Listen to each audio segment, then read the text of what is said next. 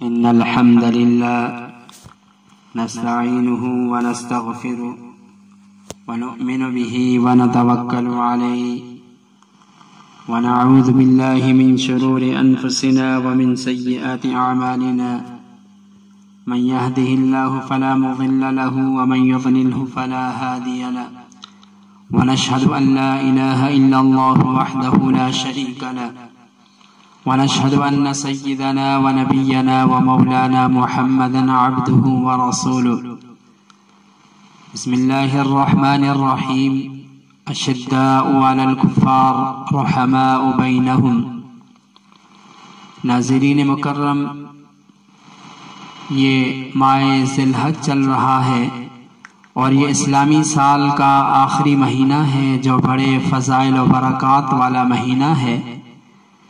اسی مہینے کی 23 تاریخ کو اسلام کے ایک عظیم جرنیل خلیفہ دوم حضرت عمر فاروق رضی اللہ تعالی عنہ پر صبح کی نماز پڑھاتے ہوئے ایک مجوسی غلام ابو لؤلؤ فیروز نے حملہ کیا تھا اور آپ رضی اللہ تعالی عنہ کو شدید زخمی کر دیا تھا، اور پھر اسلام کا یہ عظیم جرنیل یکم محرم الحرام کو شہادت کے رتبے پر فائز ہوا۔ حضرت عمر فاروق رضی اللہ تعالی عنہ تاریخ اسلام کا ایک ایسا عظیم باب ہے جن سے امت محمدیہ صلی اللہ علیہ وسلم قیامت تک رہنمائی حاصل کرتے رہے گی۔ امیر المؤمنین خلیفۃ المسلمین کے فضائل و مناقب اور سنہری کارناموں سے تاریخ بھری پڑی ہے۔ جب آپ ایمان لائے تو مسلمان مظلوم تھے، نبی پاک صلی اللہ علیہ وسلم کے ساتھ ہی چھپ چھپا کر عبادت کیا کرتے تھے۔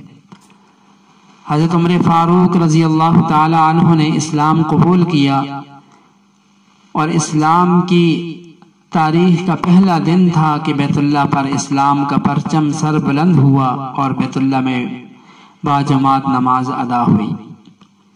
اسلام کے حضرت عمر خطاب پر اور حضرت عمر فاروق رضی اللہ تعالی عنہ کے اسلام پر بے شمار احسانات ہیں۔ ہمارا یہ ایمان ہے کہ سرکار دو عالم صلی اللہ علیہ وسلم کی ذات اقدس تمام محاسن اور کمالات کا مجموعہ تھی۔ سارے صحابہ براہ راست سرکار دو عالم صلی اللہ علیہ وسلم کے فیض یافتہ تھے۔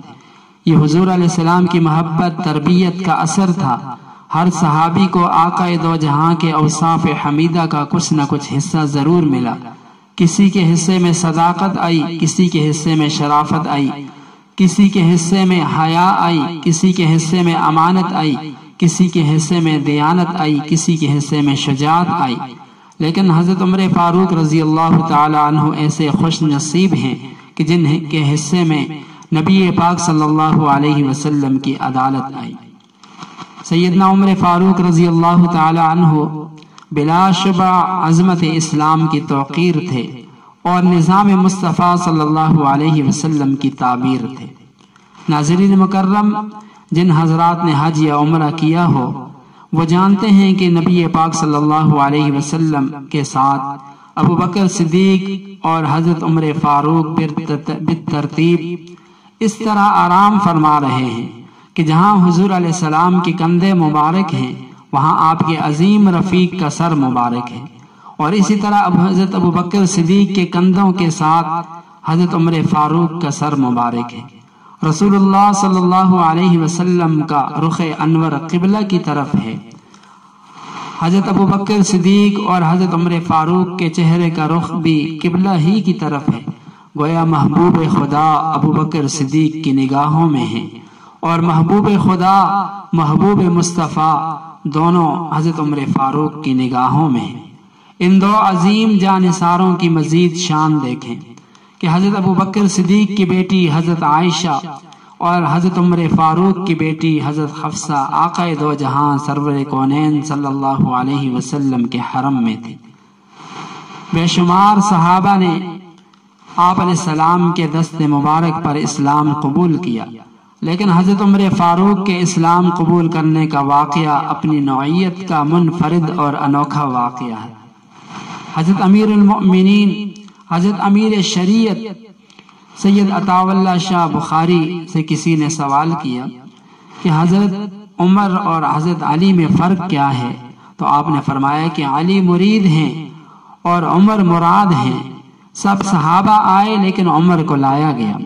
حضرت ابوبکر صدیق کے بارے میں کہا جا سکتا ہے کہ وہ ایمان لانے سے پہلے نبی پاک صلی اللہ علیہ وسلم کے دوست تھے، نیک آدمی تھے، آپ کے معجزات اپنی آنکھوں سے دیکھے۔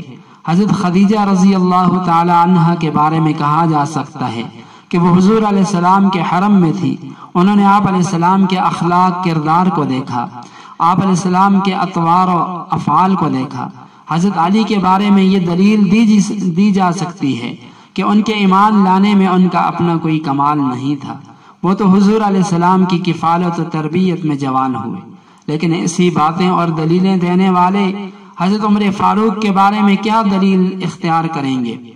حضرت عمر فاروق تو نعوذ باللہ نبی پاک صلی اللہ علیہ وسلم کو قتل کرنے کے لیے گھر سے نکلے تھے، لیکن لا الہ الا اللہ محمد الرسول اللہ پڑھتے ہوئے نبی پاک صلی اللہ علیہ وسلم کے غلام بن گئے۔ کفار مکہ مشورہ کیا کرتے تھے۔ ایک روز کفار نے مشاورت کی کہ نعوذ باللہ آپ صلی اللہ علیہ وسلم کو ختم کر دیا جائے تاکہ یہ روز روز کا جھگڑا ہی ختم ہو جائے۔ حضرت عمر فاروق رضی اللہ تعالی عنہ جو اس وقت 27 سال کے نوجوان تھے، اپنی جگہ سے اٹھے، تلوار نیام سے نکالی اور کفار مکہ سے وعدہ کیا کہ وہ آج نعوذ باللہ محمد مصطفیٰ کا سر ساتھ لے کر آئیں گے۔ راستے میں کسی نے بتایا کہ آپ کا بہنوئی اور بہن اپنے ماں باپ کے دین کو چھوڑ کر مسلمان ہو چکے ہیں۔ چنانچہ حضرت عمر فاروق رضی اللہ تعالی عنہ نے وہیں سے راستہ بدلا، بہنوئی کے گھر پہنچے، دروازہ کھلتے ہی دونوں پر ٹوٹ پڑے، بہنوئی کو مار مار کر بے ہوش کر دیا، بہن کے ناک سے خون جاری ہو گیا۔ وہ بھی خطاب کی بیٹی تھی، کہنے لگی عمر جتنا مرضی مار لے لیکن یاد رکھ میں نے بھی اسی ماں کا دودھ پیا ہے جس کا تو نے پیا ہے۔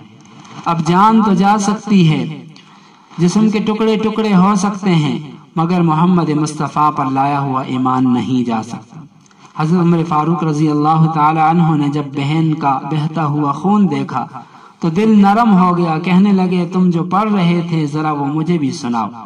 چنانچہ جب بہن نے سورہ طٰہٰ کی ابتدائی آیات تلاوت کی اور جب ان آیات پر پہنچی اننی انا اللہ لا الہ الا انا فاعبدنی واقم الصلاۃ لذکری، تو حضرت عمر فاروق رضی اللہ تعالی عنہ کی آنکھوں میں آنسو بہنے لگے۔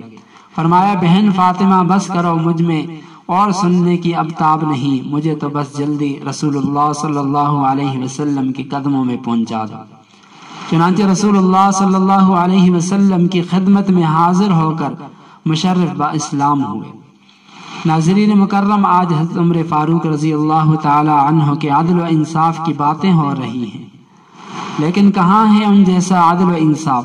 حضرت عمر فاروق نے اپنے دور خلافت میں اس حد تک عدل و انصاف قائم کیا تھا کہ دنیا جس کی مثال لانے سے آج قاصر ہے۔ مدینہ طیبہ میں عم رسول حضرت عباس رضی اللہ تعالی عنہ کا مکان مسجد نبوی سے متصل تھا اور اس کا پرنالہ مسجد میں گرتا تھا۔ ایک دفعہ حضرت عباس رضی اللہ تعالی عنہ کسی سفر پر تھے، حضرت عمر فاروق رضی اللہ تعالی عنہ نے نمازیوں کی تنگی کی وجہ سے وہ پرنالہ وہاں سے ہٹا دیا۔ حضرت عباس رضی اللہ تعالی عنہ جب واپس آئے یہ منظر دیکھ کر حیران رہ گئے اور مدینہ طیبہ کے قاضی حضرت ابی بن کعب رضی اللہ تعالی عنہ کی عدالت میں امیر المؤمنین خلیفۃ المسلمین حضرت عمر فاروق رضی اللہ تعالی عنہ کے خلاف دعویٰ دائر کر دیا۔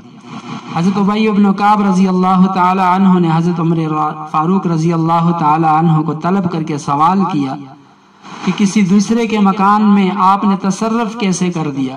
حضرت عمر فاروق رضی اللہ تعالی عنہ نے جواباً عرض کیا کہ پرنالہ یہاں سے ہٹانے کی وجوہات بیان کی۔ فرمایا یہاں مسجد کی طرف پرنالہ لگانا ہی مناسب نہیں تھا۔ حضرت عباس رضی اللہ تعالیٰ عنہ فرمانے لگے یہ پرنالہ اس مقام پر میں نے نہیں بلکہ رسول اللہ صلی اللہ علیہ وسلم نے خود اپنے دست مبارک سے لگایا تھا۔ جب آپ نے اس پر انصار سے 2 گواہ بھی پیش کر دیے، انہوں نے گواہی دی کہ ہم نے خود رسول اللہ صلی اللہ علیہ وسلم کو اپنی آنکھوں سے یہاں پر نالا نصب کرتے ہوئے دیکھا تھا۔ اب حضرت عمر فاروق رضی اللہ تعالی عنہ کی آنکھوں سے آنسو جاری ہو گئے، فرمانے لگے اب اس کا فیصلہ میں خود کروں گا۔ چنانچہ آپ نے حضرت عباس سے معذرت کی اور فرمایا اب حق تو یہ بنتا ہے کہ آپ سیڑھی کے بجائے میرے کندھوں پر چڑھ کر یہ پنالا اپنے ہاتھ سے یہاں نصب فرمائے۔ حضرت عباس رضی اللہ تعالی عنہ کچھ تھوڑے جھجکے، مگر آپ نے اس طرح کرنے پر اصرار فرمایا۔ پھر دنیا نے دیکھا کہ عرب و عجم کے عظیم سپہ سالار انتہائی عاجزی اور مسکنت کے ساتھ دیوار کے ساتھ سر لگا کر کھڑے ہیں، ٹیک لگا کر کھڑے ہیں اور اپنے ہاتھوں میں گارہ کی تغاری اٹھا لی، اور حضرت عباس نے ان کے کندھوں پر سوار ہو کر اپنی جگہ اس پر نالے کو نصب فرما دیا۔ بعد میں حضرت عباس نے فرمایا کہ اے امیر المؤمنین، یہ سب کچھ میں نے اجرائے انصاف کے لیے کیا، ورنہ مجھے پتہ ہے کہ اس پر نالے کی وجہ سے مسجد کے نمازیوں کو تکلیف ہوتی ہے، لہذا میں خوشی سے اعلان کرتا ہوں کہ میں نے اپنا پورا مکان مسجد نبوی کے لیے وقف کر دیا، لہذا اسے گرا کر مسجد میں شامل فرما دے۔ ایک دفعہ حضرت عمر فاروق رضی اللہ تعالی عنہ کسی اجتماعی کام میں مصروف تھے کہ ایک شخص دوڑتا ہوا آیا، کہنے لگا فلاں آدمی نے میرے اوپر ظلم زیادتی کی ہے، مجھے جلدی سے بدلہ دلائیے۔ آپ رضی اللہ تعالی عنہ کو اس کے اس طرح آنے پر غصہ آیا اور اسے ایک کوڑا رسید کر کے فرمایا کہ ہر کام کا ایک موقع ہوتا ہے۔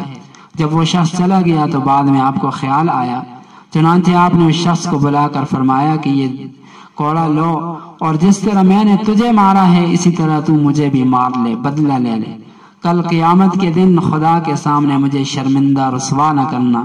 وہ شخص کہنے لگے اے امیر المؤمنین، میں نے آپ کو محض اللہ تعالیٰ کی رضا کے لیے معاف کر دیا۔ ناظرین مکرم، حضرات صحابہ کرام اور بالخصوص خلفائے راشدین کے حالات و واقعات بیان کرنے کا مقصد یہی ہے کہ ان کے حالات و واقعات پڑھ کر سن کر ان سے سبق حاصل کیا جائے۔ آخر وہ بھی تو ہماری طرح انسان تھے، کھانے پینے والے تھے، بیوی بچوں والے تھے۔ جب وہ سب کچھ کر گئے اور کر کے بھی دکھایا تو ہم کیوں نہیں کر سکتے؟ یقیناً ہم بھی کر سکتے ہیں، بس تھوڑی سی ہمت کی ضرورت ہے۔ اللہ تعالیٰ سے دعا ہے کہ ہم سب کو حضرات صحابہ کرام کے نقش قدم پر چلنے کی توفیق عطا فرمائے۔